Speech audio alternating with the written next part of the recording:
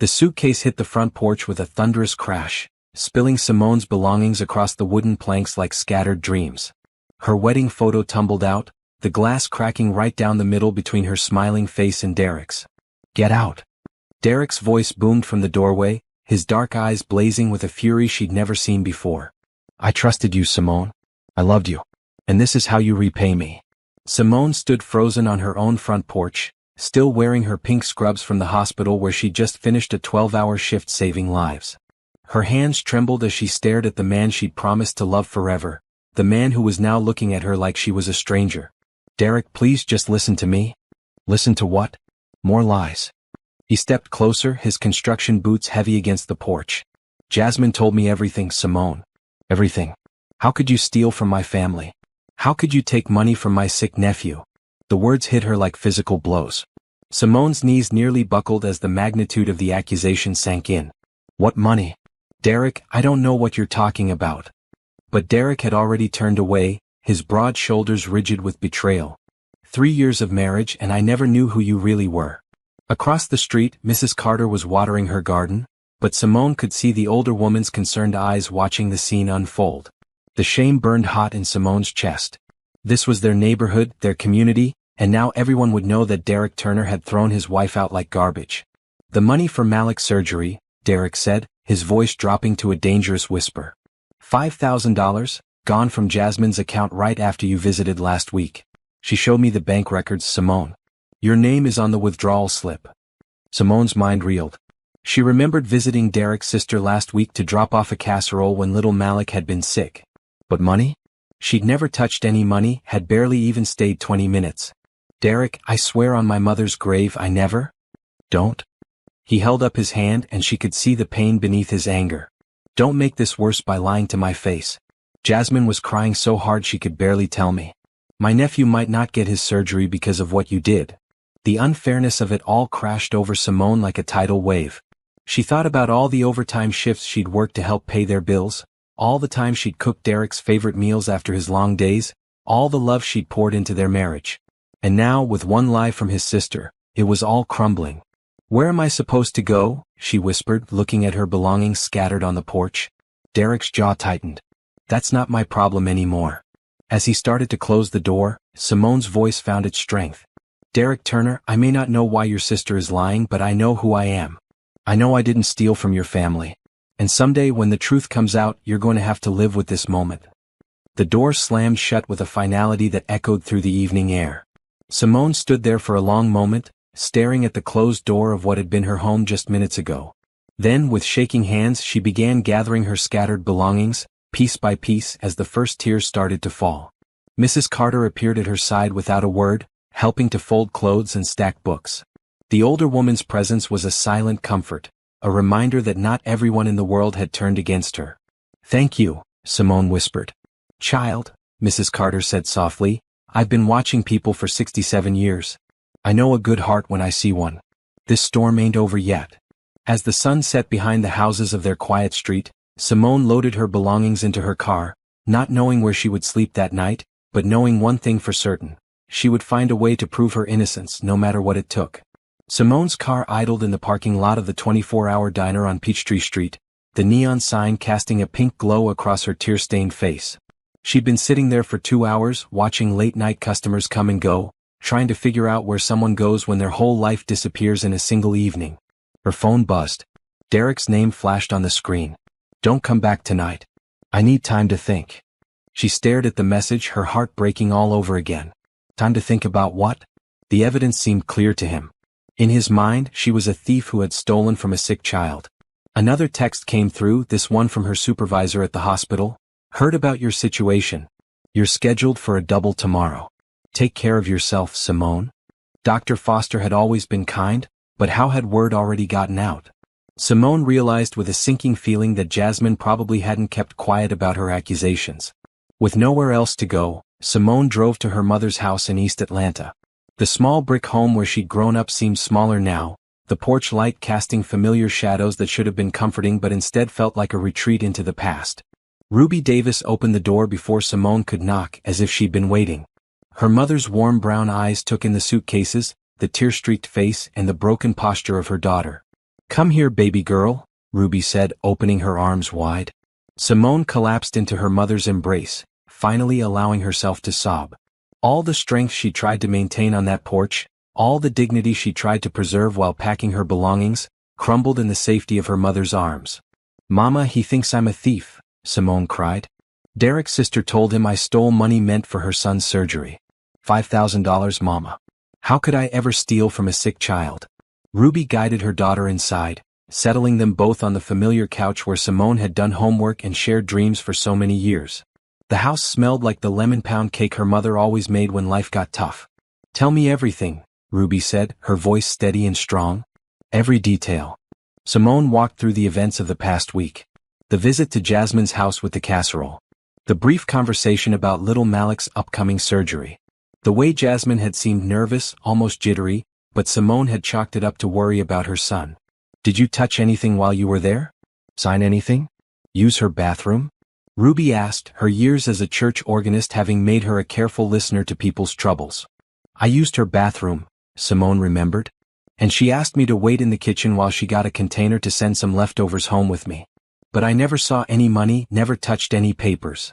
Ruby was quiet for a long moment, her fingers drumming against her knee the way they did when she was working out a difficult hymn arrangement. "Simone, baby, I've known that girl since Derek brought you home 3 years ago. Jasmine has always been jealous of you. The way Derek lights up when you walk in a room, the way you fit into our community, the respect you earned at that hospital. Some people can't stand to see others happy. But to lie about stealing from her own son's medical fund? What kind of person does that?" Before Ruby could answer, there was a soft knock at the door. Through the window, they could see Mrs. Carter standing on the porch, holding what looked like a covered dish. "That woman has been looking out for our family since before you were born," Ruby said, getting up to answer the door. Mrs. Carter stepped inside, her silver hair perfectly neat despite the late hour. "I brought some of my famous mac and cheese. Figured you might need some comfort food tonight." "Mrs. Carter, you didn't have to." "Hush, child. When someone in our community is hurting, we show up. That's how we've always done things." The older woman sat down across from Simone, her eyes sharp and kind. "Now, I've been thinking about what I saw tonight and I have some questions." Simone looked up, hope flickering in her chest for the first time since Derek had thrown her belongings on the porch. "I've lived across from you and Derek for 3 years," Mrs. Carter continued.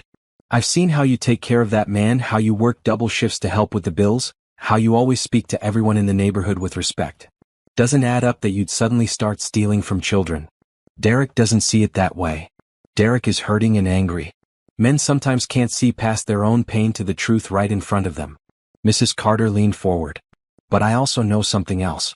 I know Jasmine has been struggling financially since her baby daddy left. I know she's been asking people in the family for money. And I know desperate people sometimes do desperate things." Ruby and Simone exchanged glances. This was information they hadn't had before. "What are you saying, Mrs. Carter?" Simone asked. "I'm saying maybe the person who needed that surgery money wasn't the only one who had access to it. Maybe someone took it but it wasn't you. Maybe someone needed Derek to believe it was you so he wouldn't look too close at the real truth." As the 3 women sat in Ruby's living room, a plan began to form. They would need evidence, witnesses, and proof. But most of all, they would need the kind of faith that had carried their community through harder times than this. "We're going to get your life back, baby girl," Ruby said, taking her daughter's hand. "But first you need to rest. Tomorrow we start fighting." For the first time in hours, Simone felt like she could breathe again. The morning sun streamed through the windows of Ruby's kitchen as Simone prepared for what might be the longest shift of her nursing career. She'd barely slept, her mind racing between hurt and determination. Today she would work her double shift, but she would also start gathering the truth. "You eat every bite of that breakfast," Ruby said, setting a plate of scrambled eggs and toast in front of her daughter. "You're going to need your strength." Simone's phone buzzed with a text from Derek. "I packed more of your things. They're on the porch." "No, good morning." "No, how are you?" Just cold efficiency like she was a stranger he was helping move out. "Don't you dare answer that," Ruby said, seeing the pain flash across Simone's face. "He's hurting, but that doesn't give him the right to hurt you." At the hospital, Simone threw herself into her work with an intensity that surprised even her. She checked on elderly patients, comforted worried families, and administered medications with the careful precision that had made her one of the most respected nurses on the floor. Work was the one place where she still felt like herself. During her lunch break, she sat in her car and called Derek's nephew's doctor's office. "Hi, this is Simone Turner. I'm calling about Malik Davis. I'm his uncle's wife, and I wanted to know about his surgery scheduling." "Oh, Mrs. Turner," the receptionist said warmly. "I remember you from when you came in with the family last month. Actually, Malik's surgery was moved up. It's scheduled for next week." His grandmother was able to get the funds together just in time. Simone's heart stopped. His grandmother got the funds together? Yes, she came in yesterday with a cashier's check for the full amount. Such a relief for the family, I'm sure. After hanging up, Simone sat in her car, pieces of a puzzle starting to form in her mind. If Jasmine's mother had paid for the surgery, then what happened to the money that was supposedly stolen? And why hadn't Derek mentioned that his mother had stepped in to help? Her phone rang. "Mrs. Carter. Simone, honey, you need to come by when you get off work. I've been doing some asking around and I think I found something important." "What kind of something?" "The kind that might help you get your husband back." That evening, Simone found Mrs. Carter sitting on her front porch with a young Hispanic man she didn't recognize. He looked nervous, his security guard uniform crisp and clean. "Simone, this is Tomas Rivera. He works security at the shopping center where Jasmine banks." "Tomas, tell her what you told me." Tomas cleared his throat, his English accented but clear. "Mrs. Turner, I remembered your face when Mrs. Carter showed me your picture. You came to the bank last week, yes?" I don't think so. I bank at a different branch across town." No, you didn't come to bank. You came with a woman, Jasmine. I remember because she was acting very nervous, looking around a lot. You waited by the door while she went to the counter." Simone's memory rushed back. After leaving Jasmine's house with the leftover casserole, Jasmine had asked if they could stop by the bank so she could quickly check her balance. Simone had waited by the entrance, scrolling through her phone. "What did she do at the counter?" Simone asked. "She made a withdrawal. Big one. The teller had to count it twice. But here's the thing." Tomas looked around nervously. "After you left, she came back. About an hour later. She looked different, worried. She talked to the manager for a long time in his office." Mrs. Carter leaned forward. "Tell her the rest." "The manager, he's my cousin. He told me later that the woman claimed someone had forced her to make that withdrawal. That someone had threatened her. She wanted to file a report, but she said she needed time to think about it." The pieces were falling into place now. Jasmine had withdrawn her own money with Simone as an unwitting witness. Then she'd gone back to plant the seed that she'd been forced to do it. When the time was right, she'd accuse Simone of the theft. Why would she do this? Simone asked, though part of her already knew. Mrs. Carter sighed. Because she needed that money for something else and she needed someone to blame when the family found out it was gone. Better to destroy your marriage than admit she'd spent her son's surgery fund. But the surgery is paid for. The doctor's office said Derek's mother paid. Which means Jasmine never intended for Malik to suffer. She just needed time to figure out how to replace the money. Your marriage was just collateral damage. Simone felt rage building in her chest, hot and righteous. Not just for herself but for Derek, who was being manipulated by his own sister. For their community, who would have rallied around Jasmine if she'd just been honest about needing help. "We need proof," Simone said. "Tomas, would you be willing to tell Derek what you told me?" The young man nodded seriously. "My cousin, he might have security footage too. Banks keep everything for at least 30 days. As they talked, Simone noticed a little girl peeking around the corner of Mrs. Carter's house. She had pigtails and curious eyes, and she kept staring at the group on the porch. "That's my granddaughter, Destiny," Mrs. Carter said, following Simone's gaze. "Destiny, come here, baby." The 7-year-old approached shyly, staying close to her grandmother's side. "Destiny was playing in the yard last week when you went to visit Jasmine," Mrs. Carter said. "Tell Miss Simone what you saw." "The lady with the braids was crying on her phone," Destiny said in a small voice. "She was in her car after the pretty nurse lady left. She kept saying, 'I'm sorry, I'm sorry' to someone." Another piece of the puzzle. Jasmine had been upset after Simone left, probably already feeling guilty about what she was planning to do. "We have witnesses, we have timeline evidence, and we might have security footage," Mrs. Carter summarized. "But most importantly, we have the truth. Now we just need to get Derek to listen to it." Simone looked across the street at her house, where the porch light was off and Derek's truck sat silent in the driveway. Tomorrow was Saturday. She would make him listen whether he wanted to or not. Saturday morning arrived gray and drizzling, matching Simone's mood as she stood on her own front porch, gathering courage to ring the doorbell. The irony wasn't lost on her, needing permission to enter the home she'd helped make into a sanctuary of love and warmth. Derek answered the door in his weekend clothes, a Georgia Tech t-shirt and jeans that Simone had washed 100 times. His eyes were red-rimmed and tired, like he hadn't slept much either. "What do you want, Simone?" "I want you to listen to the truth." "5 minutes, Derek. You owe me that much after 3 years of marriage." He hesitated, his hand still on the doorframe like a barrier between them. "I saw the bank records, Simone. I saw your name. As a witness, not a thief. Please. 5 minutes. Derek stepped aside reluctantly, and Simone entered the home that still smelled like the vanilla candles she'd lit every evening. The house felt different now, colder somehow, even though everything looked exactly the same. They sat on opposite ends of the couch where they'd watched movies and planned their future. The distance between them felt like an ocean. "Derek, I need you to call your mother and ask her how she paid for Malik's surgery." "My mother?" Derek frowned. "What does she have to do with this?" "Just call her. Please." Derek dialed, putting the phone on speaker. His mother's voice filled the room, warm and familiar. "Derek, baby, how are you? I heard about you and Simone." "I'm so sorry, son." "Mama, I need to ask you something. How did you manage to pay for Malik's surgery?" "I thought Jasmine needed to raise the money." There was a pause. "Son, I got worried when Jasmine seemed so stressed about the money, so I went ahead and paid it myself. Used some of my retirement savings. I was going to tell the family at Sunday dinner tomorrow." Derek's face went pale. "But Jasmine said someone stole the money she'd saved for it." "What money?" "Derek, honey, Jasmine never had that kind of money saved. She's been struggling since Marcus left. I've been helping her with rent for months." The phone nearly slipped from Derek's hands. Simone watched as understanding began to dawn on his face, followed quickly by horror. "Mama, I'll call you back." After he hung up, the silence stretched between them like a chasm. Derek put his head in his hands, his shoulders beginning to shake. "Oh God, Simone. What have I done?" Before Simone could respond, there was a knock at the door.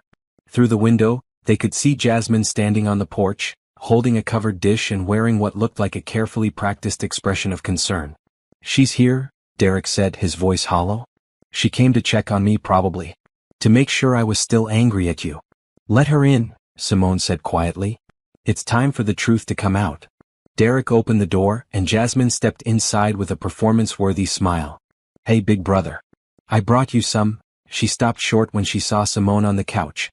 "What is she doing here?" "Sitting in her own home," Derek said, his voice dangerous. "Jasmine, we need to talk." Jasmine's eyes darted between Derek and Simone could see the moment when she realized her carefully constructed lie was crumbling. "Derek, you can't seriously be listening to her. She stole from Malik." "Mama paid for Malik's surgery," Derek said simply. "She paid for it with her retirement money because she was worried about you. So tell me, sister, what happened to the money that was supposedly stolen?" Jasmine's face went through a series of expressions: surprise, fear, defiance, and finally, crumbling defeat. She sank into Derek's armchair like her legs couldn't hold her anymore. "I needed it," she whispered. "I was 3 months behind on rent. Marcus left me with nothing and I was about to lose the apartment. Malik and I were going to be homeless. So you stole from your own son's medical fund?" Derek's voice was rising. "And then you blamed my wife?" "I was going to pay it back." Jasmine's voice cracked. "I just needed time. I got a second job, I was saving every penny. But then Mama said she'd already paid for the surgery and I panicked. I knew you'd find out about the missing money and I—" She looked at Simone with desperate eyes. "I'm sorry. I'm so sorry. I never meant for it to go this far." "You destroyed my marriage," Derek said, standing up. "You made me throw the woman I love out of her own home. You made me believe she was a thief who would steal from a sick child." Simone watched her husband's anguish and felt her own anger mixing with a deep sadness. This wasn't just about the money or the lies. This was about family, trust, and how desperation could make people do terrible things. "Why didn't you just ask for help?" Simone asked quietly. "Derek would have helped you. I would have helped you. Our church would have helped you." Jasmine was crying now, her carefully constructed facade completely gone. "I was too ashamed. I was supposed to be the responsible one, the good mother. I couldn't admit I'd failed that badly." Derek began pacing, his hands clenched into fists. "So instead of asking for help, you decided to destroy Simone's reputation? You were willing to let everyone in our community think she was a thief. I thought you'd forgive her eventually." I thought she was strong enough to handle it. But I was desperate, Derek. I was about to lose everything. And instead you made me lose everything, Derek said, turning to look at Simone. The best thing that ever happened to me, and I threw it away because I believed my sister's lies. Simone felt her heart breaking all over again, not just for herself, but for the pain she could see in Derek's eyes. He was learning that the sister he'd trusted his whole life had manipulated him, had used his love for his family against him. I need you to leave, Derek said to Jasmine, his voice cold. I need you to leave, and I need you to think about what you've done. Not just to me and Simone, but to yourself. To your own son. Jasmine stood up slowly, her face streaked with tears. Derek, please. We're family. Family doesn't do what you did, Derek said. Not to each other and not to innocent people. After Jasmine left, Derek and Simone sat in their living room, surrounded by the wreckage of broken trust and shattered assumptions. The truth was out, but the damage felt overwhelming. I don't know how to fix this, Derek said finally. I don't know how to fix what I've done to you. Simone looked at her husband, really looked at him. She could see the man she'd fallen in love with, but she could also see how much he'd changed in just 2 days. The certainty he'd always carried was gone, replaced by doubt and regret. We start with honesty, she said. No more assumptions. No more taking anyone's word over our own knowledge of each other. Can you forgive me? He asked, his voice breaking. I don't know yet, Simone said honestly. But I want to try. Sunday morning found Simone sitting in the front pew of New Hope Baptist Church, listening to Pastor Helen Brooks deliver a sermon about forgiveness and redemption. Derek sat 3 rows behind her, having arrived separately, and the space between them felt like a canyon of hurt and uncertainty. Forgiveness, Pastor Brooks said, her voice carrying across the sanctuary, is not about forgetting what was done to you. It's about choosing not to let the pain define your future. After service, Pastor Brooks approached Simone in the church parking lot. She was a woman in her mid-40s who had shepherded the congregation through countless family crises with wisdom and grace. Simone, child, I heard about what happened with you and Derek. Would you and your husband be willing to sit down with me this week? Sometimes an outside perspective can help when family hurts run deep. Simone glanced back to see Derek walking slowly toward his truck, his shoulders bent with the weight of his regret. I don't know if he'd agree to that, Pastor. I already asked him, Pastor Brooks said gently. He said yes immediately. That man knows he made a terrible mistake, Simone. The question is whether you both have the courage to do the hard work of rebuilding what was broken. That afternoon, Simone found herself back at her mother's house, helping Ruby prepare Sunday dinner. It was a tradition they'd maintained for years, but today it felt different. Today she wasn't just visiting, she was still displaced from her own home. Have you thought about what you want? Ruby asked as they seasoned the chicken together. Not what Derek wants, not what the family expects, but what you want for your life? It was a question Simone had been avoiding. The immediate crisis of being falsely accused had overshadowed the deeper question of whether their marriage could survive such a fundamental breach of trust. I want my husband back, Simone said slowly. But I want the man who believes in me, not the man who would throw me out based on someone else's word. Those might be 2 different men, baby girl. You need to figure out which one Derek really is. Mrs. Carter arrived for dinner with little Destiny in tow, and Tomas Rivera joined them as well. Ruby had extended the invitation after learning that the young security guard was new to Atlanta and had no family nearby. Miss Simone, Destiny said as they sat around the dining table, are you going to live here forever now? I don't know, sweetie. I'm taking it one day at a time. My mama says when grown-ups fight, sometimes they need time to remember how to be nice to each other again. Out of the mouths of babes, Simone thought. Maybe Destiny had summed up the situation better than any of the adults had managed. Tomas, Mrs. Carter said, tell them about the security footage. Tomas wiped his mouth carefully before speaking. My cousin, he pulled the bank cameras from last week. They show Jasmine making the withdrawal with you waiting by the door, Miss Simone. Then they show her coming back alone an hour later, very upset. The manager, he wrote a report about her claiming she was forced to withdraw the money. Would that be enough evidence if Derek needed proof for a legal separation or anything? Ruby asked. Mama? Simone was shocked by the suggestion. I'm just saying, baby, you need to protect yourself. This situation has already shown that sometimes the people we trust most can hurt us the deepest. As if summoned by their conversation, Derek's truck pulled into the driveway. Through the window they could see him sitting behind the wheel, seeming to gather courage. I'll talk to him, Simone said, standing up. She found Derek leaning against his truck, his hands shoved deep in his pockets. Up close, she could see that he'd lost weight in just the few days since their world had exploded.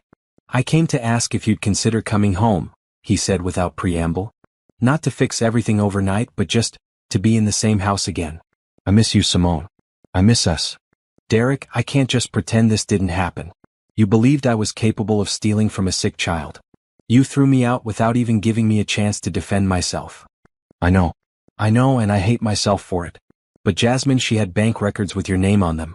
She was crying, talking about Malik's surgery being cancelled. I reacted instead of thinking." "That's exactly the problem," Simone said. "In 3 years of marriage, have I ever given you reason to think I would do something like that?" Derek was quiet for a long moment. "No, you haven't. You've been nothing but generous and kind and honest. I should have known better. You should have known me better. You're right. I failed you as a husband. I failed us as a couple. But Simone, please don't let my sister's lies destroy what we built together." Simone looked back at the house where her mother, Mrs. Carter, Tomas, and little Destiny were probably listening through the window. These people had rallied around her when her own husband had abandoned her. They had believed in her innocence when the person who was supposed to love her most had not. "I'll come home," she said finally. "But we're going to counseling with Pastor Brooks. And Derek? This can never happen again. Not with Jasmine, not with anyone. If someone accuses me of something, you come to me first. Always." "Always," Derek agreed, and for the first time in days, Simone saw hope in his eyes. As they drove separately back to their house, Simone felt a mixture of relief and apprehension. She was going home, but home would never feel quite the same. The foundation of trust they built their marriage on had cracks now, and it would take time and work to determine if it could be repaired or if it would need to be rebuilt entirely. Walking back into her own home felt surreal. Everything was exactly as she'd left it, but the energy felt different, tentative, fragile, like a house of cards that could collapse with one wrong move. Derek had cleaned obsessively. The floors gleamed, the dishes sparkled, and fresh flowers sat on the kitchen table, white lilies, her favorite. It was a peace offering, an apology written in domestic gestures. "I put your things back in the bedroom," Derek said awkwardly. "And I took down the picture from the hallway." Simone looked where their wedding photo used to hang. The wall looked naked without it, but she understood. That picture represented a version of their marriage that no longer existed. "We'll put up a new one someday," she said carefully. "When we've earned it." They moved around each other like polite strangers for the first few days. Derek left for work early, came home late, and spoke in careful, measured sentences. Simone threw herself into her hospital shifts and spent her free time reading marriage counseling books she checked out from the library. Their first session with Pastor Brooks was scheduled for Thursday evening. They sat in her office, a warm, book-lined room that smelled like coffee and hope, with a careful space between them on the couch. "I want to start with you, Derek," Pastor Brooks said. "Tell me about the moment you decided to believe Jasmine's accusation." Derek shifted uncomfortably. She had evidence. Bank records, withdrawal slips. And she was so upset, crying about Malik's surgery being in jeopardy. "But you didn't verify that evidence independently?" "No. I trusted my sister. We grew up together. She's never lied to me before." "That you know of," Pastor Brooks corrected gently. "Derek, what did your reaction tell Simone about your view of her character?" The question hung in the air like a weight. Derek looked at his hands, then at Simone, then back at his hands. "That I didn't really know her. That I didn't trust her. That I believed she was capable of something terrible." "Simone, how did that feel?" "Like 3 years of marriage meant nothing," Simone said, her voice steady but carrying deep hurt. "Like all the love I'd shown him, all the ways I'd proven my character, could be erased by one accusation from someone else." Pastor Brooks nodded. "Derek, when someone you love is accused of wrongdoing, what should your first instinct be? To protect them. To find out the truth. To give them the benefit of the doubt. And what was your first instinct?" Derek's voice cracked. "To punish her. To get her away from me before she could hurt me more." "Why do you think that was?" The question opened something in Derek that he'd been keeping locked away. "Because my father left when I was 8. He stole money from my mother and disappeared. I swore I'd never let anyone do that to me again." Simone stared at her husband. In 3 years of marriage, he'd never connected his father's abandonment to his fear of being betrayed. She'd known his father had left, but Derek had always presented it as ancient history that didn't affect him. "So when Jasmine presented evidence that Simone had stolen money, it triggered your deepest fear," Pastor Brooks observed. "I panicked," Derek admitted. I felt like that 8-year-old boy again watching my father pack his bags. I couldn't think straight. Derek, Simone said softly, why didn't you ever tell me you were afraid I'd leave you? Because strong men aren't supposed to be afraid, Derek said, his voice barely above a whisper. Because I thought if I never gave you a reason to doubt me, you'd never want to leave. But then you gave me a reason to doubt you, Simone pointed out. You threw me away the moment someone told you to. The session continued for another hour, peeling back layers of hurt and misunderstanding. By the time they left, both Derek and Simone felt emotionally drained but somehow lighter, as if finally naming their deepest fears had reduced their power. That night, they lay in their bed with careful space between them. They'd been sleeping in the same room but hadn't touched beyond accidental brushes when reaching for the alarm clock. Simone. Derek's voice was quiet in the darkness. Yeah. I know sorry isn't enough. But I need you to know that throwing you out was the worst thing I've ever done. Worse than anything my father did to us because at least he was honest about being selfish. I hurt you while claiming to love you. Simone turned to face him in the dark. Derek, I need to know that if something like this happens again, not exactly this but any crisis where we're being pulled in different directions, I need to know you'll choose us first. I will. I swear to you I will. And I need to know you'll get help for the fear about being abandoned. Because I can't spend our marriage trying to prove I'm not your father. I'll talk to Pastor Brooks about it. Maybe some individual counseling too. It wasn't a magical healing moment. They didn't fall into each other's arms or make passionate love. But it was a beginning, the first honest conversation they'd had since their world had fallen apart. Outside their bedroom window, Mrs. Carter's porch light was still on, a beacon of the community support that had carried Simone through her darkest days. Tomorrow she would call Mrs. Carter and thank her again. But tonight she was home, working on building something stronger from the pieces of what had been broken. 2 weeks after the truth came out, Simone was surprised to find Jasmine waiting by her car after her shift at the hospital. Derek's sister looked thinner, older somehow, as if the weight of what she'd done had aged her rapidly. Please don't call Derek, Jasmine said immediately. I need to talk to you. To apologize properly. Simone studied the woman who had nearly destroyed her marriage. Jasmine's eyes were red-rimmed and her clothes looked like she'd slept in them. 5 minutes, Simone said. I lost my job, Jasmine said without preamble. Word got around about what I did, and they said they couldn't trust someone who would lie about theft. I'm 3 weeks behind on rent again, and Malik keeps asking why Uncle Derek won't talk to us anymore. Simone felt a complicated mix of anger and pity. What do you want from me, Jasmine? I want to know how to fix this. I want to know how to get my family back. You can't, Simone said bluntly. You can't undo what you did. You destroyed trust, you hurt people who loved you, and you taught your son that lying is acceptable when you're desperate. Jasmine flinched as if she'd been slapped. So that's it? I made one mistake and I lose everything forever? One mistake. Simone's voice rose. Jasmine, you didn't accidentally say something hurtful or forget an important date. You deliberately planned to destroy my reputation to cover up your own problems. You looked my husband in the eye and lied to him about his wife. That's not a mistake, that's a betrayal. I know. But I was desperate. So were we, Simone interrupted. Derek and I struggled financially too. But we worked extra shifts, we budgeted, we asked family for help when we needed it. We didn't steal from sick children and frame innocent people. Jasmine was crying now, but Simone felt no sympathy. She'd cried plenty of tears herself over the past few weeks. What can I do? Jasmine whispered. Tell me what I can do to make this right. Simone thought about it seriously. What would true accountability look like? What would actually begin to repair the damage Jasmine had caused? First, you need to call everyone you told about the theft and tell them the truth. Every family member, every friend, every person who now thinks I'm a thief, you need to set the record straight. Okay. Yes, I can do that. Second, you need to get counseling. Real counseling, not just church counseling. You need to figure out why you thought destroying other people was an acceptable solution to your problems. Jasmine nodded eagerly. Third, you need to pay Derek back every penny you stole. I don't care if it takes you years. You stole from your family's trust fund, and you need to make that right. But I lost my job. Then you get another job. 2 jobs. 3 jobs if that's what it takes. You figure it out the honest way this time. And then Derek will forgive me? Simone shook her head. I can't promise you that. Forgiveness isn't something you earn by checking items off a list. It's something people give when they're ready, if they're ever ready. Derek may never trust you again, Jasmine. You need to accept that possibility. But we're family. Family doesn't do what you did, Simone said, echoing Derek's words from that terrible confrontation. You chose to hurt your family to protect yourself.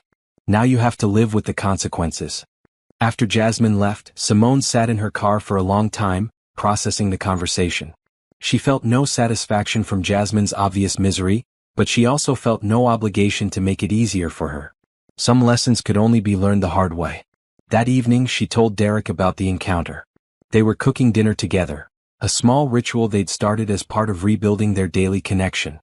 She asked me how to get you to forgive her, Simone said as she chopped vegetables.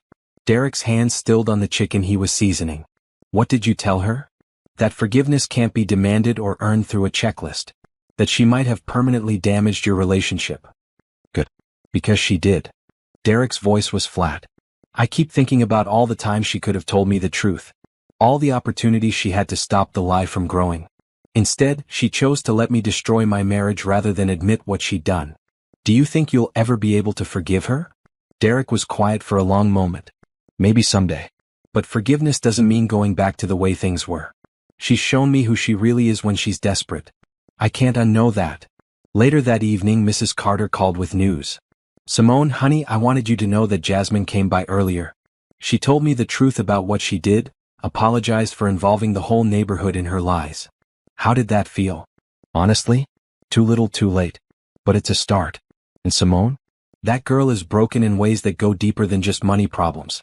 I hope she gets the help she needs for little Malik's sake if nothing else. That night, as Simone and Derek settled into bed, they were closer than they'd been since the crisis started. Not touching yet, but close enough that she could feel the warmth of his body next to hers. We're going to make it, aren't we? Derek asked quietly. I think so, Simone said. It's going to be different than before. But maybe different can be better. I love you, Derek said. I know I haven't earned the right to say that yet, but I need you to know it's true. I love you too, Simone replied. That was never the question. The question was whether love was enough to rebuild trust. And? Ask me again in a few months. It wasn't the passionate reconciliation that movies promised, but it was honest. And honesty, Simone was learning, was the only foundation strong enough to build a lasting marriage on. 3 months later, Simone woke up to the smell of pancakes and coffee drifting from the kitchen. She found Derek at the stove, wearing the apron she'd bought him for Christmas. The one that said "Kiss the Cook," that he'd initially claimed was too silly to wear. What's the occasion? She asked, accepting the mug of coffee he handed her. No occasion. Just felt like spoiling my wife. The word wife still sent a small thrill through her. For a while, she hadn't been sure she'd ever feel comfortable claiming that title again. But slowly, week by week, they'd been rebuilding their marriage into something stronger than what they'd had before. Mrs. Carter called, Derek said, flipping pancakes with practiced ease. She wants to know if we'll come to Destiny's birthday party on Saturday. Something about you being her favorite grown-up friend. Simone smiled. Little Destiny had become a bright spot in their lives, often running over after school to share stories about her day or ask Simone to help with homework. The 7-year-old's unconditional affection had been healing in ways Simone hadn't expected. Of course we'll go. What 7-year-old wants for her birthday? According to Mrs. Carter, a nurse kit so she can be just like Miss Simone. The simple statement made Simone's eyes well up. After months of questioning her worth and reputation, having a child look up to her felt like a precious gift. Derek noticed her tears and immediately moved to her side. Physical affection had returned gradually to their relationship. First holding hands during counseling sessions, then brief hugs, then longer embraces. Last week, they'd made love for the first time since the crisis, and it had felt like coming home. Hey, what's wrong? Nothing's wrong. Everything's right. That's still taking some getting used to. Their counseling sessions with Pastor Brooks had evolved from crisis management to actual growth. They'd learned to fight fairly, to voice needs clearly, and to check in with each other regularly about fears and concerns. Derek had also started individual therapy to address his abandonment issues, while Simone had begun working with a counselor to process the trauma of being falsely accused and rejected by her husband. Dr. Foster called yesterday, Simone said as they sat down to breakfast. She wants to promote me to charge nurse for the evening shift. That's amazing. You've wanted that position for 2 years. I know. But it would mean more responsibility, longer hours sometimes. I wanted to make sure you're okay with it before I say yes. It was a small thing but significant. Before the crisis, Simone might have just accepted the promotion and figured Derek would adjust. Now they discussed major decisions together, making sure both of their needs were considered. Of course I'm okay with it. You've worked hard for this opportunity. And you're sure it won't trigger any fears about me being too independent or successful? Derek was quiet for a moment, considering the question seriously. This was another change. They could discuss his fears openly now without him feeling attacked or defensive. Honestly, there's a tiny voice in my head that whispers stupid things sometimes. But that's my issue to manage, not yours to limit your career for. I'm proud of you, Simone. I want you to take the promotion.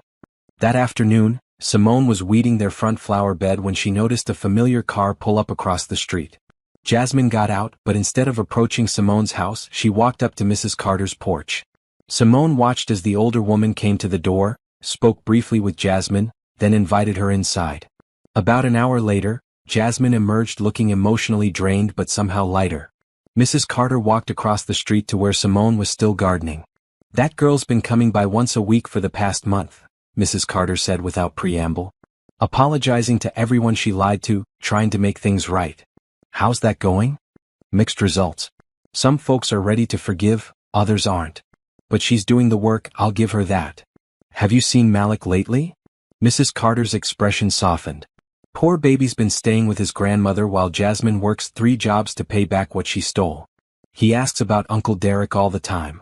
Simone felt a familiar pang of guilt. Malik was innocent in all of this, but he was paying the price for his mother's choices. Derek still won't see him? Can't blame him for protecting himself. But that little boy didn't do anything wrong. That evening, Simone brought up the subject with Derek. They were working in their garden together, another new routine they'd established. Physical work side by side had become a form of meditation for them. Mrs. Carter says Malik has been asking about you. Derek's hand stilled on the tomato plant he was staking. I know. Mama told me the same thing. How does that feel? Terrible. I love that kid. But every time I think about seeing him, I remember how Jasmine used him as a weapon against us. She was willing to let him think someone stole his surgery money just to cover her tracks. What if you could see Malik without seeing Jasmine? Your mother's house maybe? Derek considered this. You think that would be okay? For him, I mean. I think a little boy needs his uncle. And I think you need him too. That weekend, after Destiny's birthday party, Derek called his mother and arranged to see Malik.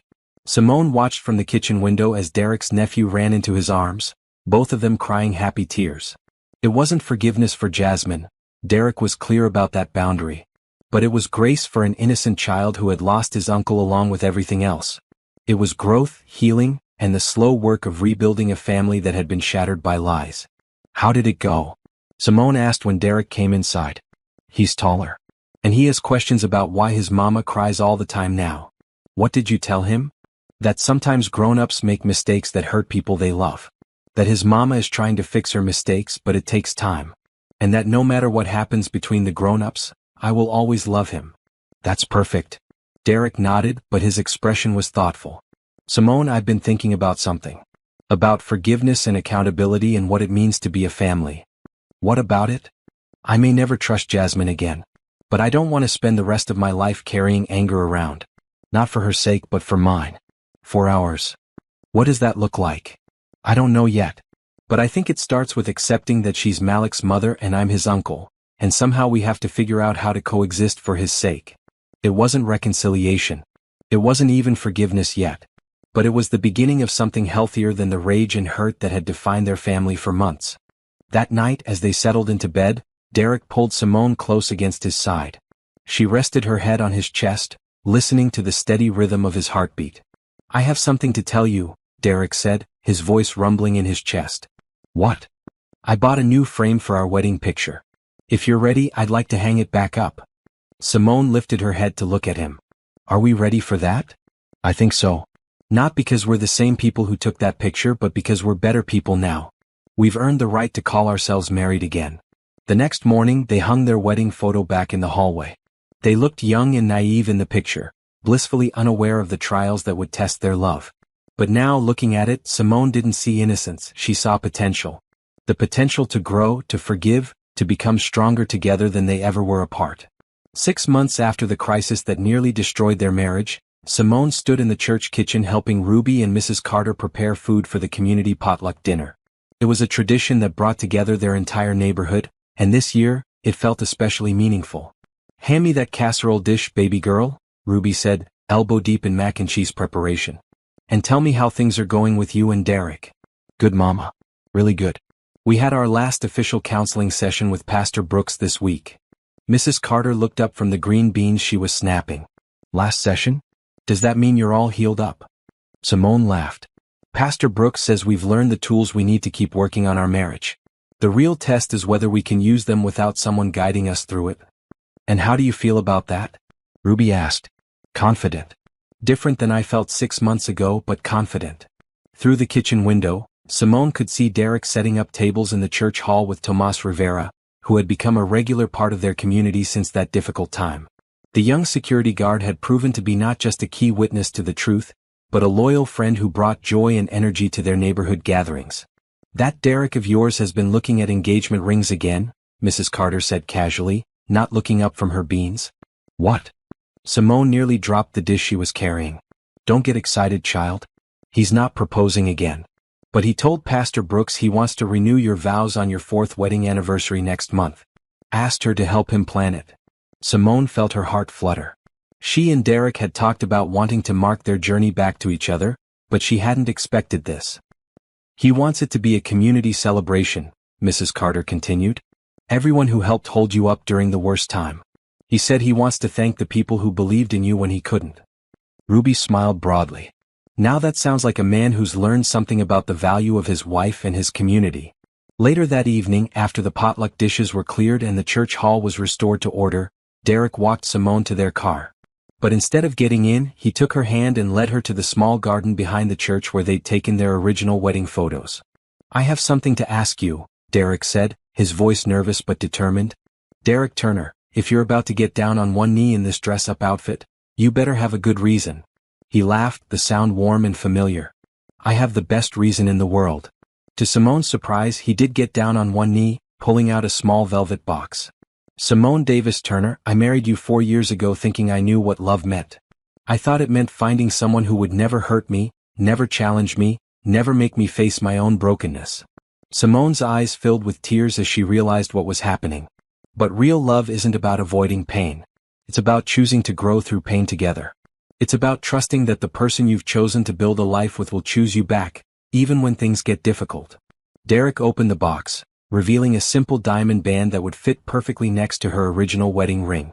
"I can't give you back the 6 months we lost to lies and fear. But I can promise you that for the rest of our lives, I will choose you first. I will trust you first. I will defend you first. Will you marry me again? Not as the naive young people we were, but as the strong, tested people we've become." Simone looked down at her husband, really looked at him. The boy who had fallen in love with her 4 years ago had been replaced by a man who understood the weight of commitment. The man who had thrown her belongings on the porch in a fit of betrayed rage had been replaced by someone who knew that love was a choice you made every day. "Yes," she said, holding out her left hand. "Yes, I'll marry you again." As Derek slipped the ring onto her finger, Simone felt a completion she hadn't expected.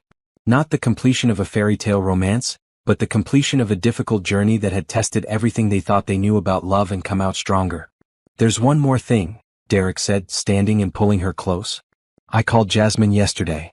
Simone stiffened slightly.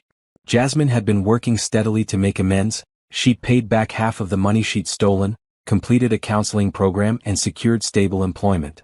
But Derek had maintained minimal contact, interacting with her only when necessary for Malik's sake. "What did you tell her?" "I told her that I've decided to forgive her." Simone searched his face. "Have you really?" "I'm working on it. But I realized that carrying anger was like holding on to poison and expecting it to hurt her. I can forgive her and still maintain boundaries. I can forgive her and still protect our marriage." How did she respond? "She cried. And she thanked me. And then she said something that surprised me." "What?" "She said she's grateful that her lies got exposed when they did, because living with that secret was killing her. She said watching us rebuild our marriage has given her hope that she can rebuild her own life." As they drove home, Simone reflected on the strange ways that truth and healing could emerge from even the darkest betrayals. Jasmine's lies had nearly destroyed their marriage, but working through the aftermath had made them stronger than they'd ever been before. Derek. Yeah. I want Jasmine to be at our vow renewal. Derek glanced at her in surprise. Are you sure? I'm sure. Not because I've forgiven her completely, but because our story includes her now. The way we survived what she did to us is part of who we are as a couple. I want our community to see that healing is possible, even after betrayal. Derek reached over and took her hand, his thumb brushing over her new ring. Have I mentioned lately that you're an amazing woman? Only every day for the past month. Good. I plan to keep doing that for the next 50 years. As they pulled into their driveway, Simone saw Mrs. Carter on her porch with little Destiny, both of them waving enthusiastically. These neighbors who had become family, this community that had held her up when her world fell apart, they were as much a part of her love story as Derek was. Welcome home, Mrs. Turner, Derek said, helping her out of the car. It's good to be home, Mr. Turner. And for the first time in longer than she could remember, home felt exactly like where she belonged. 1 month later, on a warm Saturday afternoon in early October, New Hope Baptist Church was decorated with white roses and golden ribbons for Derek and Simone's vow renewal ceremony. The same sanctuary where they'd worshiped together, where they'd sought counseling, where their community had prayed for their healing, would now witness their commitment to love each other with the hard-earned wisdom of people who had walked through fire together. Simone stood in the church's bridal room, surrounded by the women who had carried her through her darkest hours. Ruby was adjusting the simple white dress they'd chosen together, while Mrs. Carter fastened a necklace that had belonged to her own grandmother. You look beautiful, baby girl, Ruby said, stepping back to admire her daughter. But more than that, you look happy. Really, truly happy. I am, Mama. I feel like I'm marrying the man Derek was always meant to become. Pastor Brooks appeared in the doorway, radiant in her ceremonial robes. It's time, Simone. Derek is waiting for you, and let me tell you, that man looks like he's about to burst with pride. As they processed into the sanctuary, Simone was overwhelmed by the sight that greeted her. The church was full, not just with family but with their entire community. Hospital colleagues sat next to church members. Neighbors filled the pews alongside Derek's co-workers. Even Tomas Rivera was there with his new girlfriend, beaming as if he were watching his own sister get married. And there, in the third row, sat Jasmine with little Malik. Jasmine looked different, thinner, more serious, but also somehow more genuine than Simone had ever seen her. When their eyes met, Jasmine mouthed thank you with tears in her eyes. But all of that faded when Simone saw Derek waiting for her at the altar. He wore a new suit, navy blue instead of the black from their original wedding, and his eyes held a depth of love and commitment that took her breath away. As she walked down the aisle, alone this time by her own choice, Simone thought about the journey that had brought them to this moment. The lies that had separated them, the truth that had reunited them, and the hard work that had transformed them both. Pastor Brooks began the ceremony with words that resonated through the sanctuary. We gather today not to witness a first marriage, but to celebrate a love that has been tested and refined. Derek and Simone have learned that love is not a feeling that happens to you, but a choice you make every day, especially on the days when choosing is difficult. When it came time for their vows, Derek spoke first, his voice strong and clear. Simone, when I married you 4 years ago, I promised to love you in good times and bad, in sickness and health, for richer or poorer. I thought I understood what those words meant. But I learned that truly loving someone means believing in their character even when circumstances seem to suggest otherwise. It means choosing trust over fear, even when fear feels safer. His voice wavered slightly as he continued. I failed you in the most fundamental way a husband can fail his wife. I allowed someone else's lies to make me doubt your integrity. I threw away 3 years of proof of your goodness because I was afraid of being hurt. Simone felt tears streaming down her face as Derek reached for her hands. Today I promise you not just love but trust. Not just commitment but faith. I promise to see you clearly, to defend you fiercely, and to choose our partnership over my fears always. When it was Simone's turn, she looked out at the congregation, at the faces of people who had shown her what community really meant, before focusing back on Derek. Derek, I've learned that forgiveness isn't about forgetting what happened or pretending it didn't hurt. Forgiveness is about choosing to build something new from the pieces of what was broken. You broke my heart, but you also did the work to earn my trust back. That's not something every person is willing to do. She squeezed his hands, feeling the weight of her new engagement ring alongside her original wedding band. I promise to continue choosing you not because you're perfect but because you're willing to grow. I promise to speak truth to you even when it's difficult to hear. And I promise to remember that we are stronger together than we are apart, especially when life tries to convince us otherwise. Pastor Brooks asked for the rings, and little Destiny Carter proudly stepped forward as their ring bearer, carrying Derek's new wedding band on a satin pillow. These rings represent not just your commitment to each other, but your commitment to the community that surrounds you, Pastor Brooks said. The people in this sanctuary are witnesses to your love, but they're also the support system that will help you honor these vows in the years to come. As Derek and Simone exchanged rings for the second time, the sanctuary erupted in applause. But the moment that brought tears to nearly every eye was when Derek lifted Simone's face to his and said, "Thank you for giving us a second chance." The reception was held in the church fellowship hall, transformed with the same golden ribbons and white roses.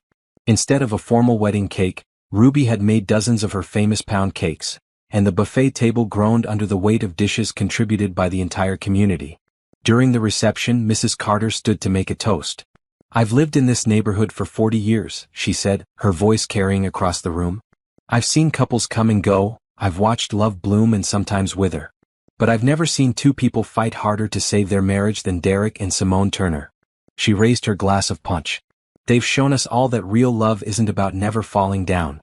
It's about helping each other get back up." Later in the evening, as the celebration was winding down, Jasmine approached the couple.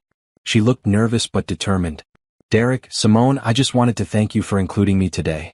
And I wanted you to know that I've paid back 3/4 of the money I stole. I'll have the rest to you by Christmas."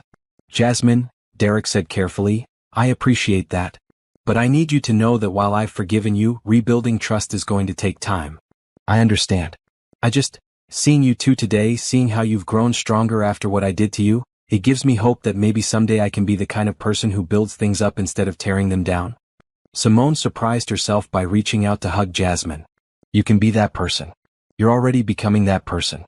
It just takes time and work." As the evening came to a close, Derek and Simone stood in the church parking lot, saying goodbye to the community that had carried them through their darkest time.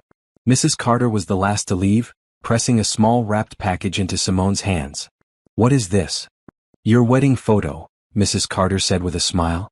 "The one that got cracked when Derek threw your suitcase on the porch. I had it restored and reframed. Figured you might want to start fresh but remember where you came from." Inside the package was their original wedding photo, the crack carefully repaired with gold leaf that made the mended line beautiful instead of hidden. "It's a Japanese art called kintsugi," Mrs. Carter explained. "They believe that when something is broken and repaired, it becomes more beautiful than it was before." As Derek and Simone drove home, the restored photo carefully secured in the back seat, they reflected on the journey that had brought them to this second wedding day. "Do you think we would have made it without all the help we got?" Simone asked. "No," Derek said honestly. "I think we would have stayed broken. It took a community to teach us how to love each other properly." "And do you think we're really healed now?" Derek considered the question seriously. "I think we're different now. Better. We know what we're capable of surviving together." As they pulled into their driveway, Simone noticed that someone had left flowers on their front porch, wildflowers picked from neighborhood gardens, with a note from Destiny Carter that read, "Congratulations on getting married again." Inside their house, Derek and Simone hung the restored wedding photo next to a new one from today's ceremony.